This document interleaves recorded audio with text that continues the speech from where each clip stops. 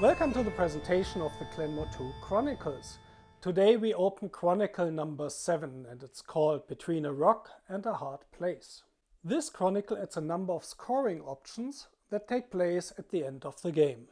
But there's a trick to it. There are votings during the course of the game, so it's not clear which of these scoring options really take place in the end. Here some tactical skill is required to make sure that the card you won scored at the end of the game really makes it through the voting process. If you don't know the base game of Glen More II Chronicles, here are the rules in under 60 seconds. It's always the turn of the last player on the rondel to take a tile. The further the player moves, the longer he might have to wait until his turn is up again. The player places the tile he has taken on his territory and activates the new tile and all adjacent tiles.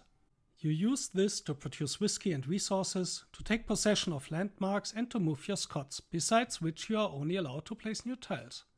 Many tiles produce victory points by trading resources. If you are in short supply or have plenty of resources, you can use the market.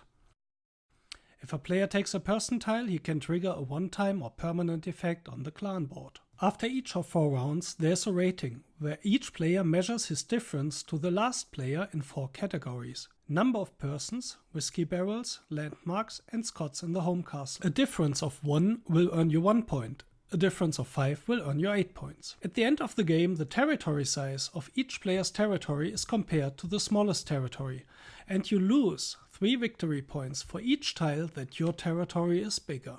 For the full explanation, watch our video here on the channel. This chronicle comes with 10 scoring cards, of which 5 are randomly selected at the beginning of the game. Depending on the number of players, each player receives voting markers. For example, with 4 players, each player receives 4 aye, yes, and 3 nay, no markers.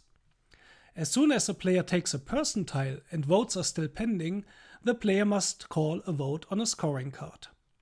Then each player takes an aye or nay marker face down and they are revealed at the same time. With a majority of nay markers, the scoring card is discarded.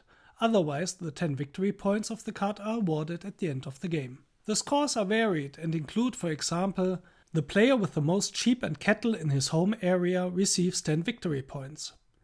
The player with the most castles, in which there is at least 1 Scotsman, receives 10 victory points. The player with the smallest home territory receives 10 victory points, so that the other players can feel even worse. The owner of the Scotsman furthest away from the home castle in the home territory gets 10 victory points. This chronicle works with all player numbers and adds 10 minutes to the playtime. We hope you enjoy Between a Rock and a Hard Place.